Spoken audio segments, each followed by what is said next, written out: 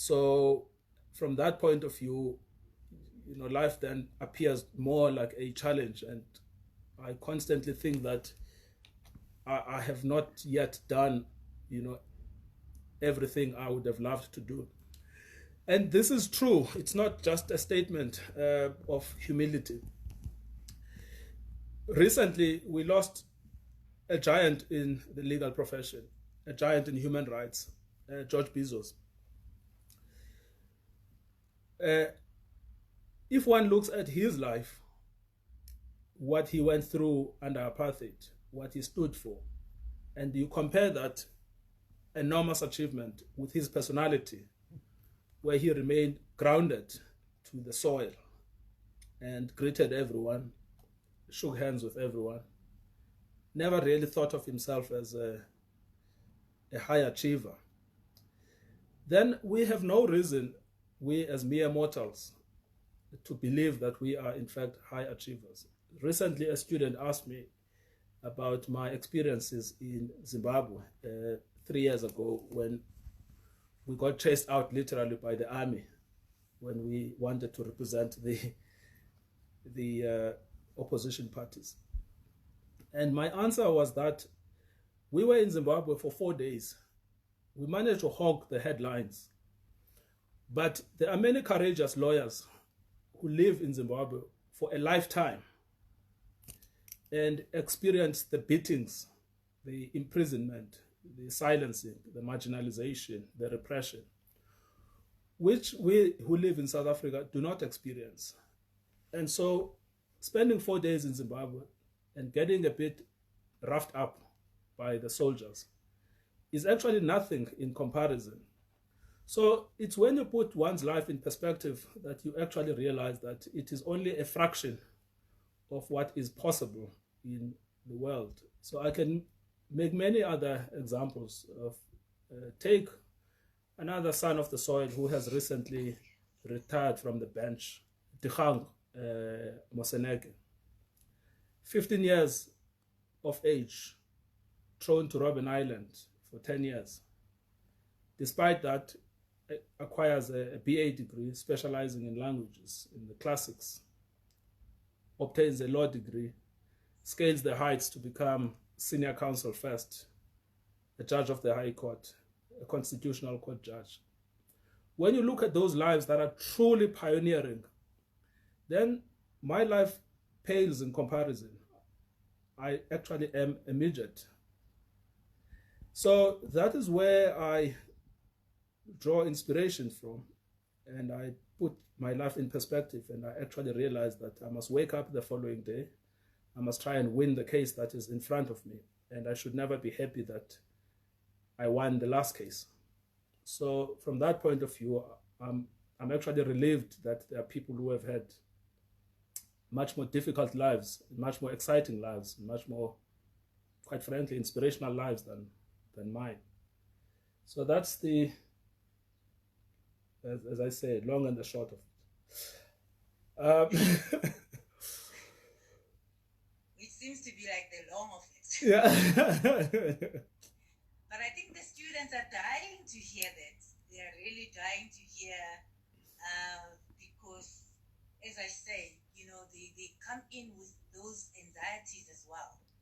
Wanting to have role models that they can look up to, and be able to stick in there and make the best of it. Yes. Yes, I mean, that is important.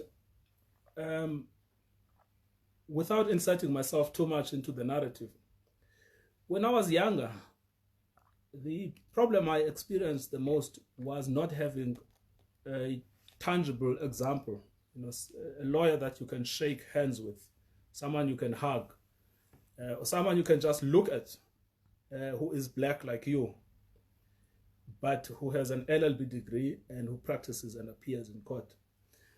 Most lawyers that I had heard of were white lawyers. When I read law reports, the stories that were dominant in the law reports were stories of blacks as accused,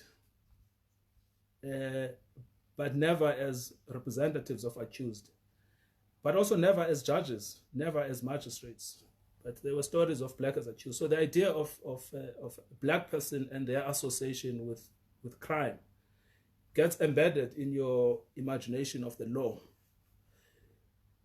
And I wanted to be a lawyer from the age of 6, 7, but I had no benchmark against which to look at what I want to do.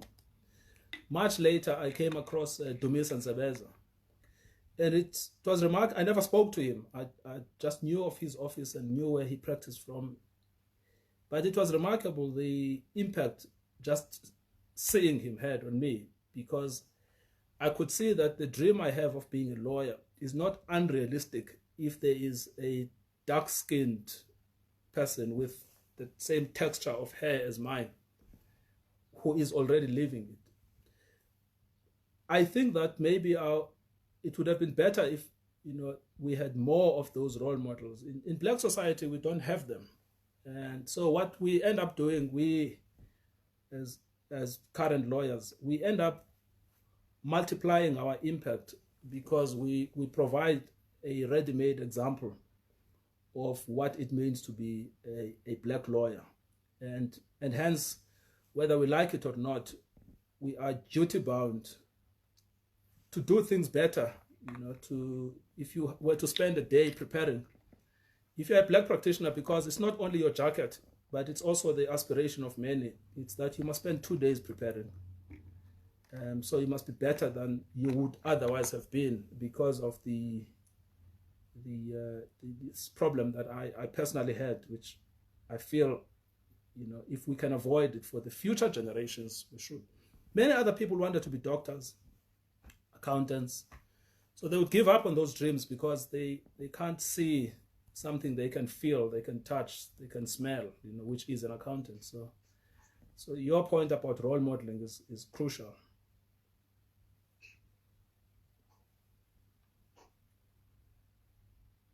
Yes, thank you, Judge. The reason I'm laughing is because my co-presenter is laughing across me. I think she's having a lot of fun at my expense. I'm inspired, Cancer. I wish you could speak and speak and speak. Judge, your mic is off. I think you have muted yourself, perhaps erroneously. Because I keep on talking, but I see that you're not answering to what I'm saying. You're just continuing. All right. No, it's because you were muted. Please may you adjust your screen. We can't see your whole face. Can you see me now? Yes, perfect. Can you see me now? Okay. Yes. Yeah, what I was saying is that, look, I was actually going to follow it up with a question that you've already answered, so I will not go there, because I was going to ask you as to where does this fierceness, the drive, the passion come from? But you've answered that. In your answer to the first question that I asked you. Now, but Miss Pakedi, can you hear me? Yes, we can hear you, Judge. Yes, we can hear you perfectly. Miss Pakedi, your co-panelist has put you on the spot as well when she dealt with the topic. So I would ask you, as you deal with the topic, to also, if you can, accommodate an answer to what she has brought up, with regard to transformation in relation to women. Oh, yes. Now I'm going to give you an opportunity to give us, as I said, your perspective on transformation. And I was thinking of to answer the question as to whether has there been any significant progress that has been made in that direction, looking at the fact that we've had a lot of transformative bodies that existed even before our democracy, that we had the BLA, NADEL, and I think in the advocates, we've got the Advocate for Transformation, that is AFT. With transformation, how far have these bodies gone? are there any strides that have been made? Do we still have a lot to be done? Yes. No, thank you. Their policies, do you think they had adopted policies that would empower women? Yes, thank you. Especially these bodies? Yes. Yeah, so let me leave you with that open, broad question when you deal with the topic. Thank you, Judge. Perhaps I should just split this into some tangible topics. So the first one is what we mean by transformation. I want to put two possible meanings to it. The first meaning has to do with changing the nature, the form, and the structure of the profession in order to make it more representative of the South African demography. So that's the one meaning to transformation. The other meaning to it, which we have often forgotten, is changing its practices and its culture in order to enable it to serve the South African population. So that's the access to justice component of transformation.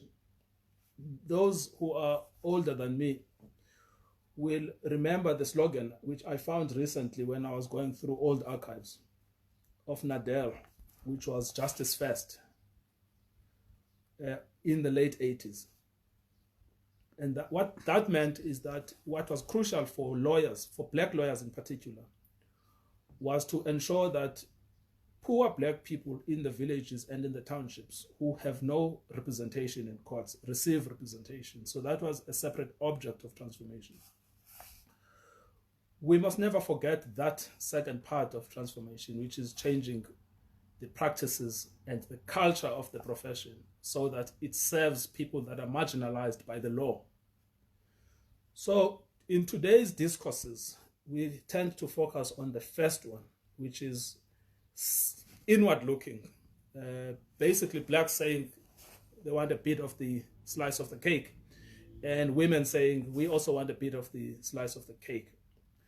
But a more nuanced and a richer understanding of transformation must achieve a balance between a representative profession and an accessible profession. In other words, a profession that is able to serve people that are outside of the formal legal system.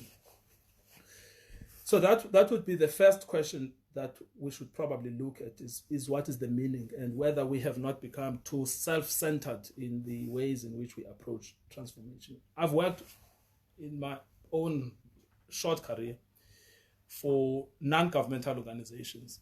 I can tell you this, we are struggling, and I heard somebody talking about commercial law and the necessity for black attorneys and black advocates to get access to that space.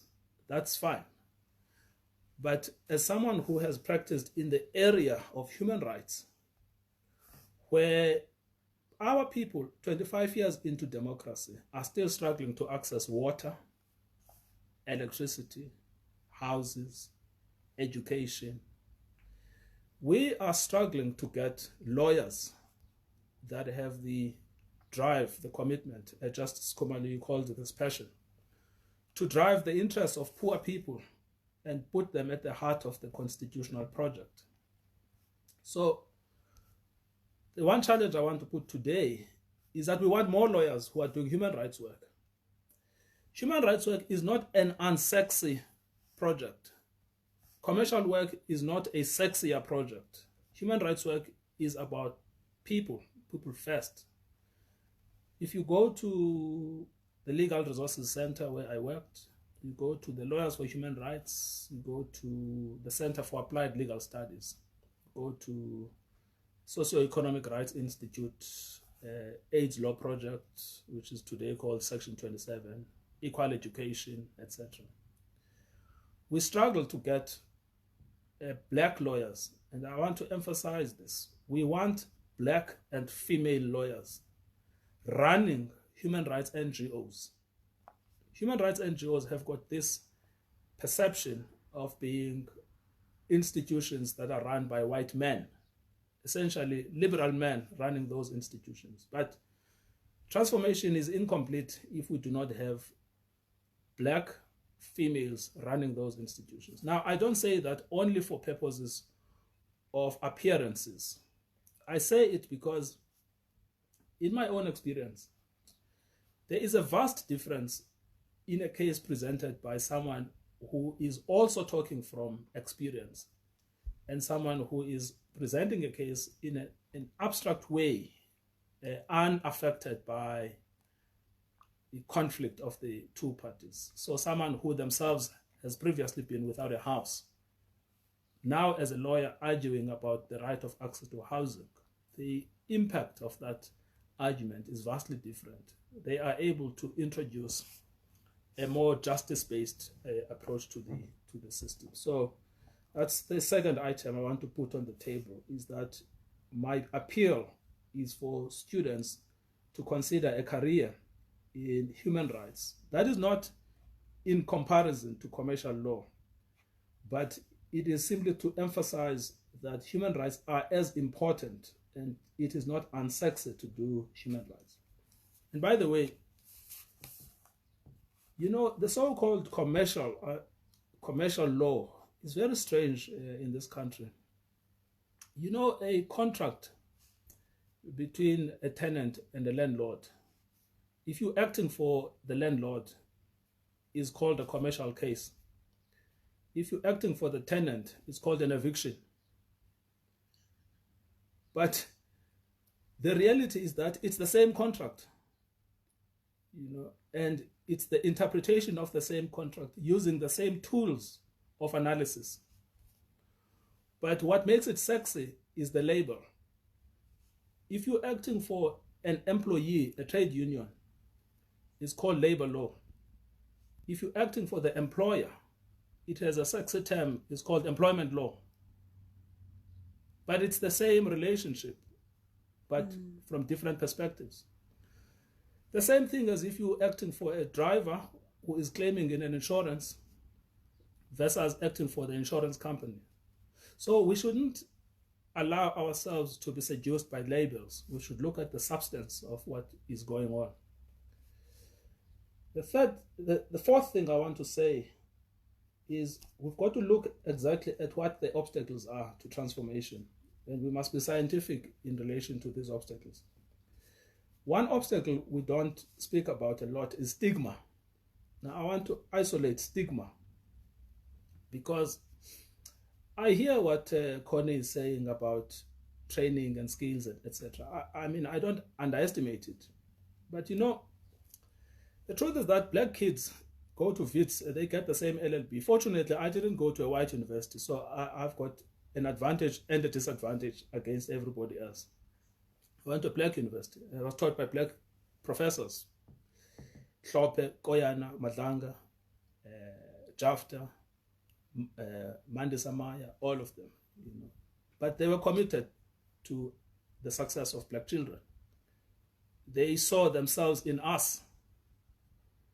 But I'm not saying students these days should go to black universities. All I'm saying is that at the time I went to a black university, there was a cultural ethos that drove the commitment of our lecturers to the work we did.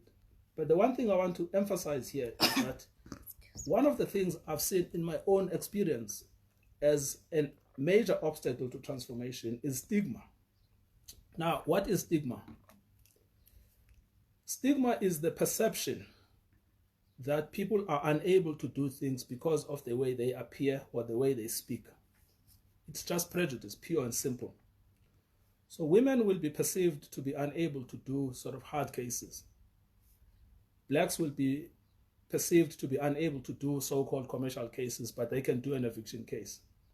The reason why I have to isolate stigma separately from the rest of the debate is that once we look at stigma as a form of prejudice, then we can know that there is no problem of skills. We have enough skilled lawyers in this country. we are deliberately precluding them from gaining access to certain forms of work because we have stigmatized them. Now, this I know from personal experience again. You know, Judge Kumar, I started practicing as an advocate, okay, everybody knows now, 9 years ago. And I got silk at 8. Now, the reason I mention this is because, you know, when I started practicing, I didn't get government work at all. Just didn't get government work. But I took EFF cases against the government, right? EFF at the time was also a stigmatized force. It's become fashionable now. But it was once a stigmatized force. We ran case after case. In the first few cases, we lost, we learned the lessons, we came back. And then we had a winning streak, an unbelievable winning streak between 2016 and 2018. But it was the same law, the same causes of action that our opponents, who were perceived to be more knowledgeable than us, were bringing against us. But we had learned our lessons, we were repeating it, we were fashioning it better, and ultimately became superior in the way we were arguing those cases. Now I get government work. I even get work from the president. But it's still the same man. And I didn't get this because the government, you know, decided to like me or what. It was in the battlefield, in courts. And I'll give you another example. You see, when I went to study in England, and for the first time I took a course in European competition law, which I'd never studied before. The lecturer said, no, if those of you who don't have economics as a background will have to take a special program in economics. And they made it clear that, don't worry, everyone can understand this. We'll break them down for you. So there's no stigma, everyone can understand it. So they give you a month, a short course in economics, then they teach you for the rest of the year competition law. But I never got competition work at all, right? I had one case at the competition tribunal, which gave me sleepless nights. So I worked on it over and over and over and over, right? So now I've been running cases at the competition appeal court, competition tribunal, etc. It's all repeat work, it's taking chances. So to overcome stigma, we must be prepared to take chances. We must be prepared to fail and then try again. The idea that you want a perfect lawyer is anti-transformational. The idea that you want a guarantee of outcomes is a mechanism to exclude, to marginalize, to keep out of work certain people. There is never a finished product in law. Law is experience, repetition. Most of it is making mistakes. So in order for us to talk seriously about transformation, we have to think, who are the people that we are willing to allow to make mistakes? And who are the people that we judge for making mistakes? We allow white counsel 2, 3, 4, 5 chances to make mistakes and come back better. We are brutal when it comes to black counsel. It's one strike, you're out. But that is a fundamentally anti-transformation, and it's usually presented as merit, right? But merit is just a cover. You know? So they will say, we want good lawyers versus bad lawyers, which appears neutral. But that language of good, bad, better, worse, is all enveloped in stigma. So, and that's the last thing I want to say in talking about transformation. We've got to remember that the reason most of us have our dreams and aspirations of being lawyers flushed out of the toilet is because we are stigmatized. And if we are to confront stigma, we have to be prepared to deal with failure. We have to allow a lawyer to lose and then to come back. You know? and then to come back again, and then to lose again. Over time, I'll give you one example. You know, I was going to do a case at the Supreme Court of Appeal, my very first appearance there. It was an eviction case, which eventually I won. But I'll give you the anecdote. Arthur Chaska said, before you even continue with that case, can I just mention that that is the case I was talking about? Yes.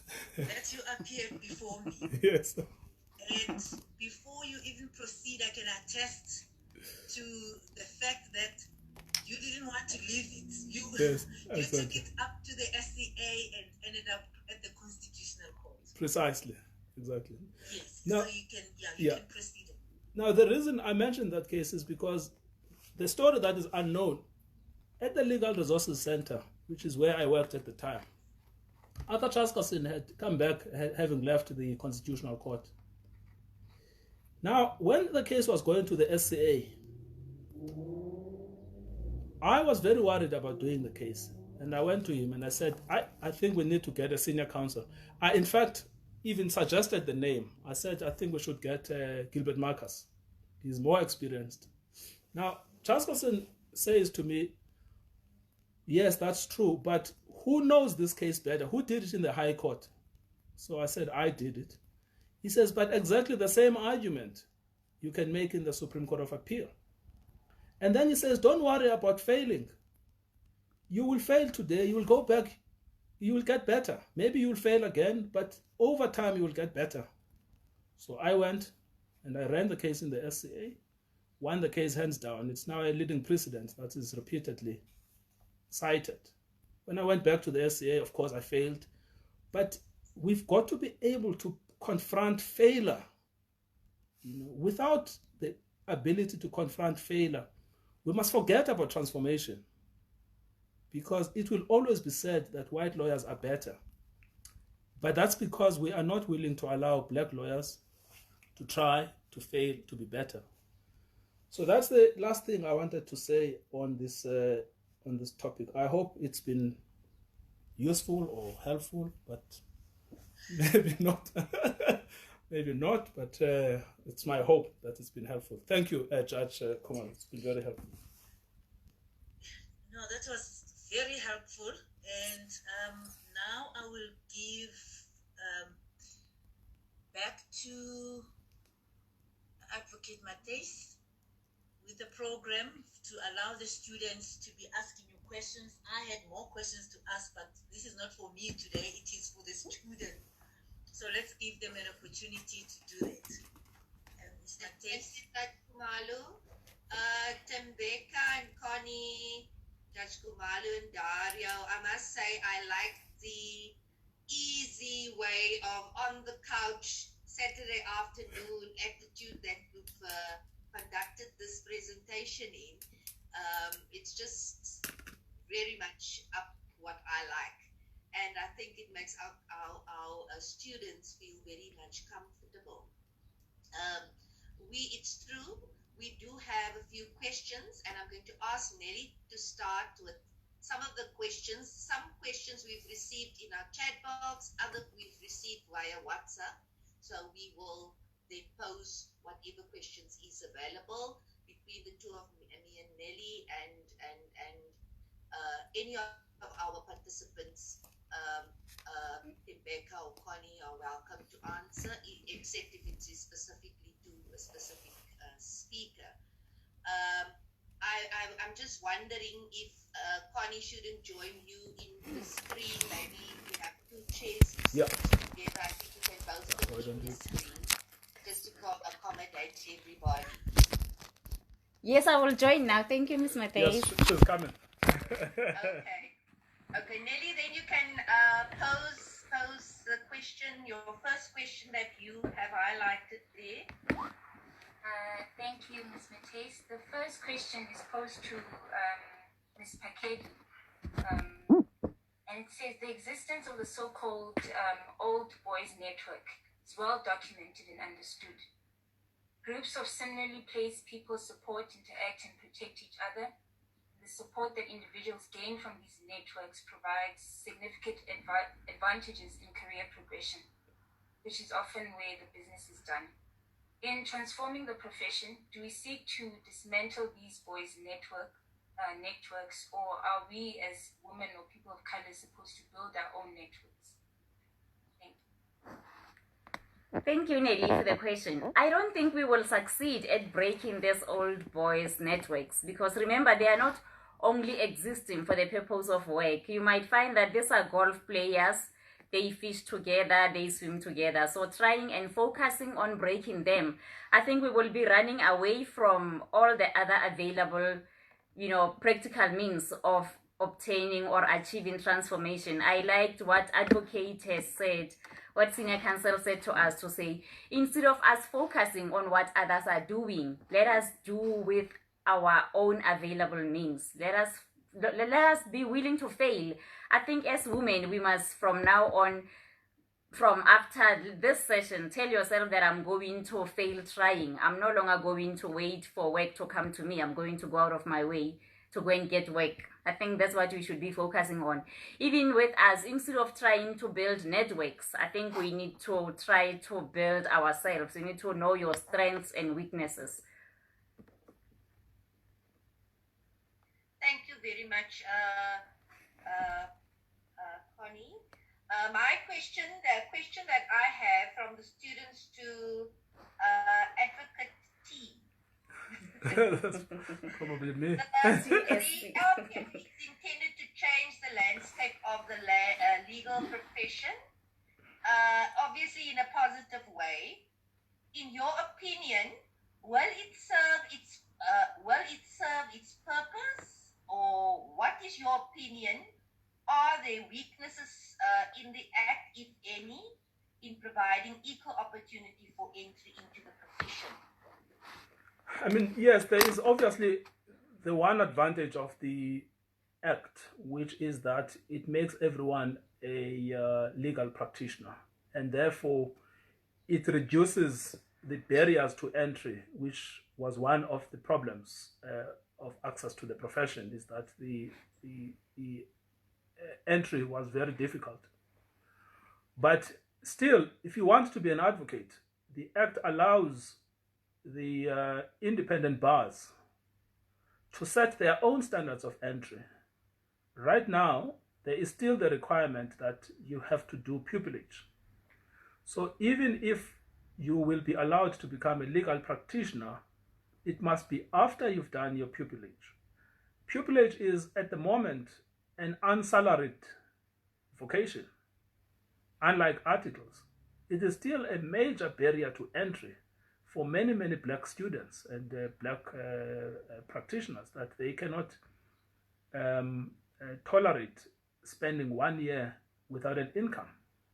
So that's the short answer to the question. But the broader question is that there is no law that can ever achieve transformation. Transformation is a social and economic concept. If we want change, the law is going to help us with the framework. Change is in our hands. It's not in the lawgiver's hands. So the framework is there, but it needs us to exploit it. One of the things we've done recently is to set up an advocates body called the Pan-African Bar of South Africa, where we hope one of the things we will do is to raise funds for students who want to become advocates, so that they do not sacrifice that year and they can get some money during the period of pupillage. Those are innovations that are not contained in the law, but those are steps we've taken as individuals. So I think anyone who harbors the belief that transformation will come from the government has a lot of thinking to do. We've been here 25 years later, the government has still not given us transformation. And that's largely because the character of government makes it impossible for it to transform anything. The government can never transform your life. You are the only person who can transform your life. So any student who believes that they can demand transformation from the government, they have a lot of lessons to learn. The government will never give you transformation. The real personal and structural transformation can only come from below. Thank you so much. Can I maybe ask a follow-up question on that? So, with regards to the bars and the law societies as it was in the past, if you can just give us some clarity as to what is their status and relevance at this point in time with the Legal Practice Act. Yes, so there are three areas that were highly contentious when the Legal Practice Act was being debated. The first area was discipline. The bars wanted to retain the power of discipline. The second area was entry into the profession. The bars wanted to retain entry into the profession. And the third area was regulation. The bars wanted to self-regulate. The bars effectively lost on all of those three. The statute has taken the power of entry into the profession, it has taken the power of discipline, and it has taken the power of regulation and given it to the Legal Practice Council. But the compromise that was reached was that bars will be allowed to exist. And when they exist, anyone who joins voluntarily will have to comply with the rules set up by each bar. So we've got our own rules. Those rules have no legal standing in the sense of statutory standing, but they are binding to the members because the members join voluntarily. So a rule that says in order to become a member, you have to do pupillage. That's not necessarily a statutory requirement, but it is a requirement of the Johannesburg Bar. And a rule that says you may be suspended by the bar. The bar has no power to suspend you, but it can give itself that power from its own rules. But the statutory power resides with the Legal Practice Council. So the legal position of all of these bars is that they are allowed to exist as independent voluntary associations. Now, that obscures a large economic question, because this is all legal analysis, but that obscures a large economic question. The economic reality is that large law firms in this country channel all of their work, probably 100% of their work that is litigious, to the bars. So although the bars do not exist by way of statute, but they exist by way of self-made regulations, the economic reality is that they control virtually all of the work, whether it comes from the state or it comes from the large law firms or from the small law firms. So if you are an independent attorney, you want an advocate, you are almost compelled to come to the bar for an advocate. The old independent bars have effectively died out. And well, maybe they will disagree, they say we still exist, but the reality is that they do not have the economic power that the Johannesburg Bar, the Cape Bar, the Durban Bar, the Pretoria Bar exercises. So they still remain very, very, very powerful social and economic forces that determine who becomes an advocate. So you can't just go to the LPC and say, I want to become an advocate. In order to become an advocate, you still have to go to the Johannesburg Bar and stay for 8 months without pay, write their exams, and then you get access to the very, very important economic opportunities that they present. Thank you so much. Maybe Nelly's got another question. But the next question is, the legal profession, it's addressed to Advocate Ngcukaitobi. The legal profession is by nature hierarchical. We see this in the terminology used within the profession. For example, junior and senior counsel, lower courts and higher courts, the term of judges and magistrates, and the connotations that these distinctions. There's certain practices such as some or most advocates who don't robe in front of magistrates in the magistrates court. Where does this come from, and why is it still perpetuated today, and how can these practices be addressed and transformed? Yeah, I mean, the current structure, the short answer to the current structure of the legal profession is British. We endorsed it from the British model. Virtually everything we have, there was initially resistance from the Transvaal, but when Chief Justice Innes was Chief Justice in the Transvaal, he basically implemented all of the British practices in the Transvaal. And so they also became integrated into essentially the Dutch system. So silks, that's all colonial. Junior counsel, senior counsel, that's all colonial. Robing in front of a magistrate, not robing in front of a magistrate, that's all colonial, etc. So that's where all of these things have come from. Of course, the irony is that despite our claims to a decolonialized future, we've embraced all of this. There is a judgment of the Constitutional Court that expressly allows the continued existence of silk. There is a law in this country passed by a democratic government called the Legal Practice Act, which recognizes the division between advocates and attorneys. The Constitution also recognizes the division between the high courts and the lower courts, the high courts being, the previous Supreme Courts and the Magistrates Court classified as the lower courts. There have been attempts under the Superior Courts Act and other legislation that have come to create a single judiciary and to impose a Chief Justice as the head of that single judiciary. But everyone knows that that is fraught with high contestation. A magistrate, in fact, I think the president of the Magistrates Association recently tried to apply to be a judge.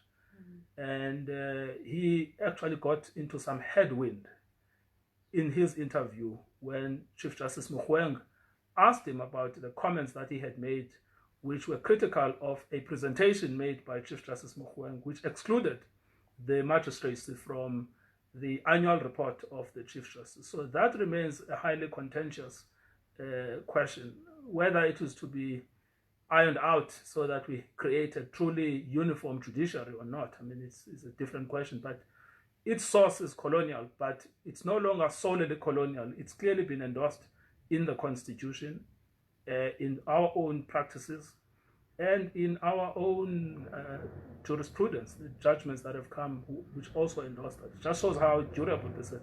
I mean, other colonial countries in the Commonwealth have abandoned these distinctions and have come with new models. But one of those that have stayed the course has been the divided profession. It's been one of the most enduring legacies of British rule. In fact, the person who was asking the question might as well ask another question, which is language.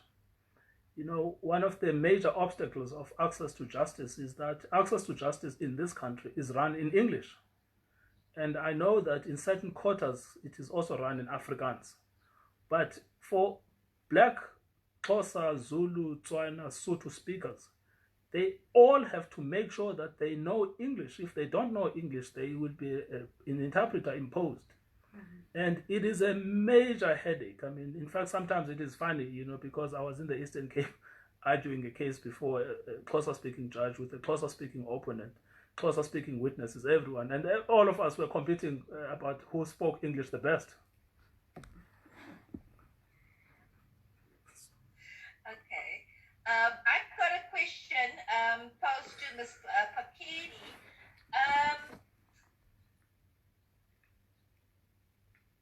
Is it, in your experience, a reality of the profession that despite the general plight for the advancement of women, that women do not necessarily support each other as is expected in our collegial profession? It depends. It really depends on, I think, a lot of things. Because remember, at the same time, the only time that these two people come together is through instructions. So I don't think it will be in the best interest of my client for me to be seen making collegial relationships with my opponents. But we do support each other. I work with the type of women that I know, the type of women that I work with currently, we work well together. We seek to know what are your strengths, what are your weaknesses, and currently in practice we work well. I think it also depends on you as a person. What do you want to achieve? in your practice, because if you're going to go out of your way and build unnecessary tension with your colleagues, one day you will have to be in labor court, high court, and magistrate court. But if you have these good relationships, you can simply check with your colleagues who's available without the need for you to now postpone other matters to the detriment of clients. So yeah, women do support each other. As an example, Mrs. Matthews invited me and gave me this beautiful opportunity. Now I'm sitting next to the law himself. I'm sitting next to the Chief Justice. Thank you. I think, But I was actually, I think the question is more directed at, for example, you being an attorney and briefing female counsel, to put it that way, counsel that are female in light of our challenge and our complaint that women are not being briefed. I think so far I have worked with a few females. I remember the first time that I got to see Advocate Ngcukaitobi. He was acting as a judge at the labor court, and I don't think he remembers that. The counsel that I had briefed at the time, being a candidate, was a woman. So she was still new. We didn't have our house in order. And I kept telling her, no, not like that. And he said to her, I see your attorney is restless there. I will stand the matter down. So yes, I do work with females. I do, when I know that this is a type of a matter that I know one advocate can handle it. And at the end of the day, I find it to be more, it's better than working with a male advocate, because with male advocates, some of them, they don't have time to come down to your level and explain to you, this is the strategy, this is the other way of us doing it, this is how we can do it. With females, at least you can engage better. There's no need for you to step up. Unlike when you work with a male advocate, you want to show them that I'm not here to prove a lot to you. Yes, I'm competent. Okay, Nelly, do you have a question there? We still have a few minutes left. I do have a question for Ms. Bekedi. It says, although we may get rid of the requirement that candidate attorneys must have a car or be able to speak fluent Afrikaans, nothing stops firms from hiring persons who meet these requirements. How then do we ensure that firms indeed give everyone equal opportunity? Who will ensure that firms do not just hire persons with cars? You know, that's a difficult one. To be honest with you, I did articles at the office of the state attorneys. For 2 years, I was placed in the labor section only. I never learned anything. And if you know how the state attorneys work, the attorneys don't do work themselves. All the work goes to the bar. All the work goes to the bar. It's given to advocates. So as a candidate attorney, you end up being reduced to a filing clerk.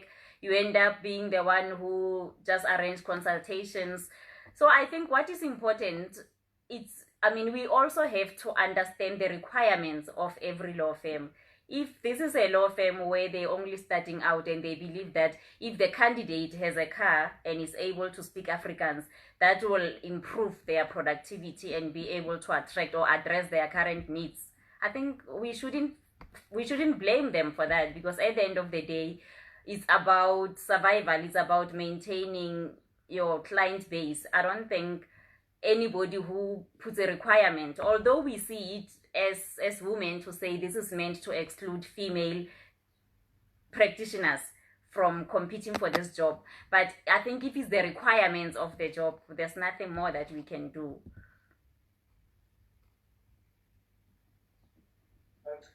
Could I ask a question? Yes, you may.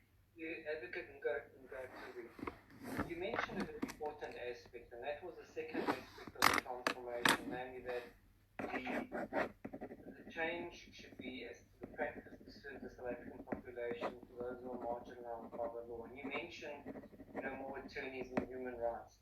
But for the mentees that are here today, where would you suggest that they could find these positions, and where would you encourage them to look, try and serve in these particular areas? Would it be NGOs only, or where would you guide them to go and look for this? Because I do agree it's important. I think to help the marginalized population, we need more lawyers in that field, but I think the mentees wouldn't really know where to start. Have you got any? Yes, I do. There are probably 4 areas. that I would look. The first is NGOs. I can give you the names of the NGOs that I've worked with. For many years, the Legal Resources Center was the largest. It is undergoing a financial strain at the moment, but it is still hiring candidate attorneys. The other one is the Lawyers for Human Rights. It is also hiring candidate attorneys. The other one is Section 27. It is also hiring. The other one is SERI, Socioeconomic Rights Institute. It also hires candidate attorneys. There is the Center for Applied Legal Studies at WITS, which also hires candidate attorneys. There is the WITS Law Clinic itself, which hires. Then there is the Legal Aid of South Africa, which probably is the biggest in that area, which also hires candidate attorneys. So we have many of these organizations, but the second place where one can go for this particular area is people should not forget the Constitutional Court. When I was a clerk there, the judges were hiring only one per judge. And so, but now I understand that they're allowed 3 per judge. So the Constitutional Court remains a very, very, very great training ground for graduates. The Supreme Court of Appeal, sometimes has, for the most part, actually, if you look at the law reports, it's now primarily doing human rights related work as opposed to commercial cases, right? So that's the second place where I would say, people should consider going. The third is the main law firms themselves. The most big law firms these days have a particular human rights practice that has opened up. If you go to Weber Wenzel, they now have a human rights practice that's opened up. You go to Bowman Gilfillan, they also have a human rights practice. And so if people want to do that work, they could specifically apply to Bowman Gilfillan into the candidate attorney program, but specifically mention that they are drawn into the pro bono division or the human rights division itself. And then lastly, and this is again something we forget about, is that the state attorney is the largest constitutional litigator in the country. Why? Because all of the constitutional cases involve the government in one way or the other. So the best place to learn constitutional law is at the state attorney office itself. And people can apply to that office and they will get access to constitutional litigation. There is now a new office that has been set up, and I spoke to the friend of mine who is now running that office, which is the Office of the Solicitor General. And its intention is to create a specialty of litigation in the state attorney's office. In America, this is one of the interesting things. In America, the most sought after positions are in the federal government, particularly working for the Department of Justice, where you litigate on behalf of the state. Only 1% of the very best graduates go to that position. In this country, it's very odd that people actually regard the state attorney office as a place where the talented go to die. But we can completely change that mindset, so that the state attorney's office becomes an attractive option for the very best graduates to go to that office. So there are many of these places where people can go. I mean, the challenge I was putting is that, this constant refrain, commercial, commercial, commercial, commercial, does not speak to the reality of the majority of South Africans. It's still a very limited way of looking at the law. The reality is that the majority of South Africans want people that can talk to them about access to water. So if they started thinking differently about the law, then that way we could create a balance in the system. So that's really the place. There is, of course, the Department of Justice, the NPA itself, not quite human rights, but playing a very crucial role, in this country, where people can train up as prosecutors. They serve a very important, function of fighting against crime. And it's not just, people again think of crime as like, murder, robbery, etc. But if you look at white collar crime in particular, the Constitutional Court has repeatedly gave judgments that say white collar crime is the biggest threat to the sustainability of our constitutional order. It is when people steal public resources on a mass scale that the possibility of access to water disappears. We saw this week massive arrests, right, being undertaken by people working in the Hawks. So think about a different Hawks.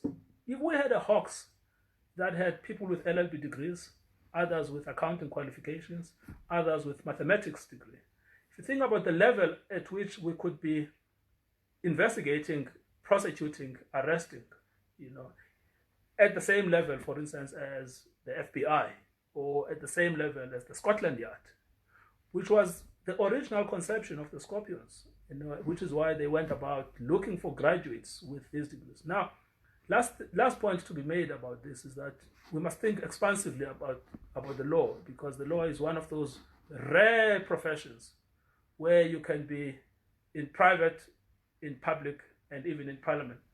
Last thing I want to say about this is that it's promising now that we've got the right head of NPA, someone who's the right ethical compass with the right qualifications.